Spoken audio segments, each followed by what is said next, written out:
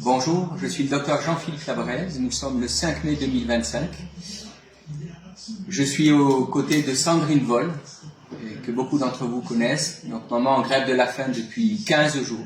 Donc elle est aujourd'hui à son 15e jour de grève de la faim. Et nous sortons d'un entretien avec Monsieur Sabi, vice-directeur donc des solidarités humaines et de l'action sociale au sein du conseil départemental de la Haute-Loire. Il était accompagné de son adjoint.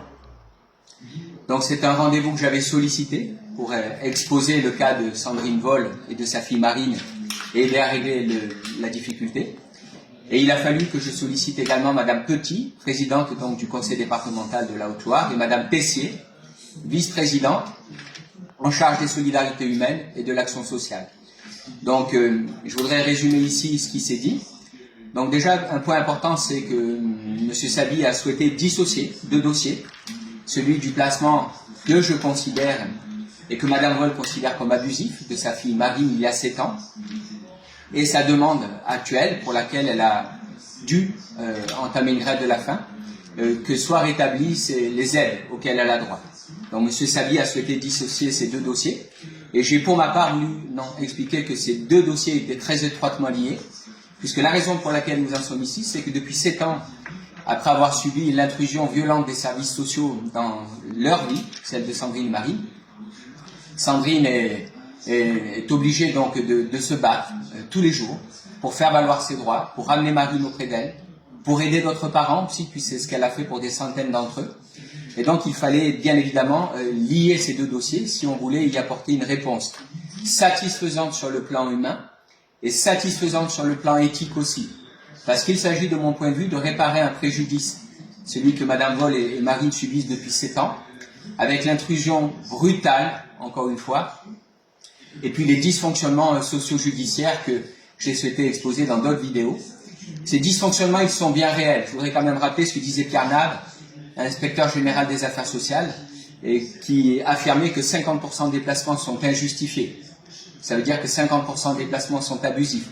Cette violence et cette brutalité aussi, on les retrouvait dans les propos de M. Philippe Seguin, ancien président de l'Assemblée nationale, ancien président de la Cour des comptes, qui, après avoir investigué et expertisé l'ancêtre de l'ASE, la Direction départementale des affaires sanitaires et sociales, parlait de la barbarie de ce système. Et la barbarie de ce système, je l'ai personnellement vécu quand j'ai aidé notre maman à récupérer son enfant. Donc voilà, j'ai voulu exposer, bien recadrer la problématique et redemander à M. Sabi, et puis par son intermédiaire à Mme Petit et à Mme Tessier, que nous puissions collectivement régler cette difficulté. Il y a quelque chose qui se passe actuellement, une situation qui existe depuis 7 ans, qui est totalement anormale. 2 personnes, Marine et sa maman, ont été séparées parce que leur amour aurait été trop important. Leur relation aurait été fusionnelle. Comment quelqu'un de sensé peut retirer la garde d'un enfant à un parent parce qu'il l'aime trop? Non, trop d'amour n'est jamais préjudiciable. Le manque d'amour peut blesser, peut détruire, peut tuer, pas trop d'amour. Donc il est temps que cette situation s'arrête, que nous sortions tous de là par le haut, que Sandrine Voll récupère ce à quoi elle a droit. Et pourquoi? Ben, tout simplement parce que ça va lui permettre de retrouver une maison, de recréer un domicile dans lequel Marine se sentira bien quand elle va rejoindre sa mère, et un endroit paisible où toutes les deux vont pouvoir se reconstruire après 7 ans de violence. Voilà, Sandrine. Alors moi, je voudrais dire que je suis un peu fatiguée, donc j'ai du mal à parler fort, mais j'ai signifié à M. Sabi que si j'ai dû avoir des contrats, enfin voilà, de faire un mi-temps, c'est parce que j'avais pas le choix. J'ai même dû adapter mon travail puisque je suis femme de ménage le soir ou tôt le matin, puisque j'avais rendez-vous avec la justice, avec l'administration, avec toutes ces associations depuis le placement de ma fille. Aujourd'hui, d'avoir perdu mes prestations sociales, je suis sans domicile fixe, donc je suis clocharde, voilà, SDF devant la mairie. Je voudrais prendre d'autres contrats, mais je ne peux pas. Si j'ai pas un logement fixe, je ne peux pas faire des allers-retours et pas savoir comment je peux y aller. En tout cas, dépenser beaucoup d'essence pour quelques contrats de plus pour éviter justement ces prestations sociales. J'insiste là-dessus, j'ai toujours travaillé. En tout cas, si j'ai adapté mon travail et si j'ai pris un mi-temps, c'était parce qu'on m'a pris ma fille, parce qu'il y avait toutes ces procédures à faire et tous ces rendez-vous à avoir, et pour essayer de voir ma fille, avoir des droits avec ma fille. Donc voilà, je ne suis pas d'accord avec M. Sadi, comme quoi lui, il dissocie les deux choses, ça a forcément un lien. Moi aujourd'hui, tout ce que je demande, c'est pas grand-chose, c'est juste de récupérer mes prestations sociales, de retrouver un logement et d'accueillir ma fille, de prendre des contrats, de retrouver une vie normale. On essaye, avec ma fille, de se reconstruire de ces 7 ans de maltraitance judiciaire, administrative et associative. Voilà, c'est tout ce que je demande.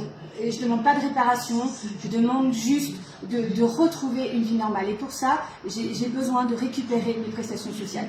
Je vais finir cette vidéo par faire un petit message à ma fille, comme d'habitude.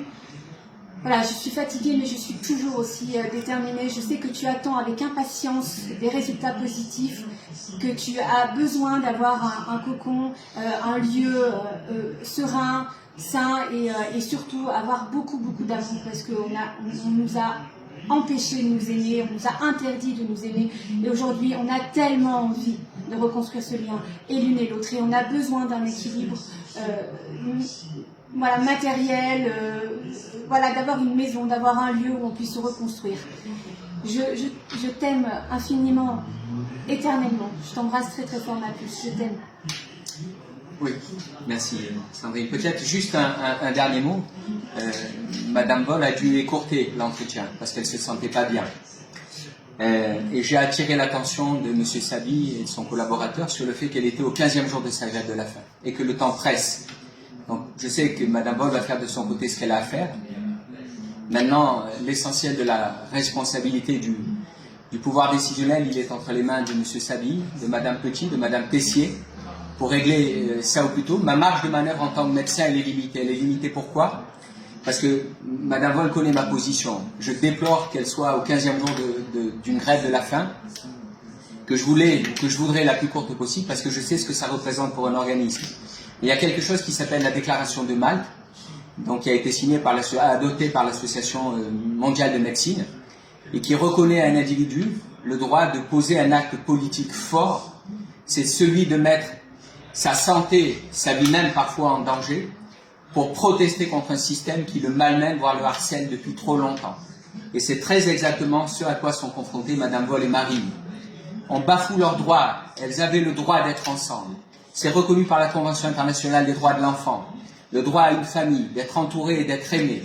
Ce droit-là, il est bafoué, abusivement, depuis 7 ans.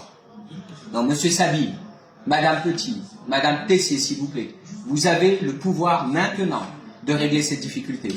C'est-à-dire qu'aujourd'hui même, ou peut-être demain, Madame Vol va faire ce qu'elle a à faire, et vous aurez à faire ce que vous avez à faire pour mettre un terme à cette situation, parce qu'elle n'a que trop duré. Merci de le faire.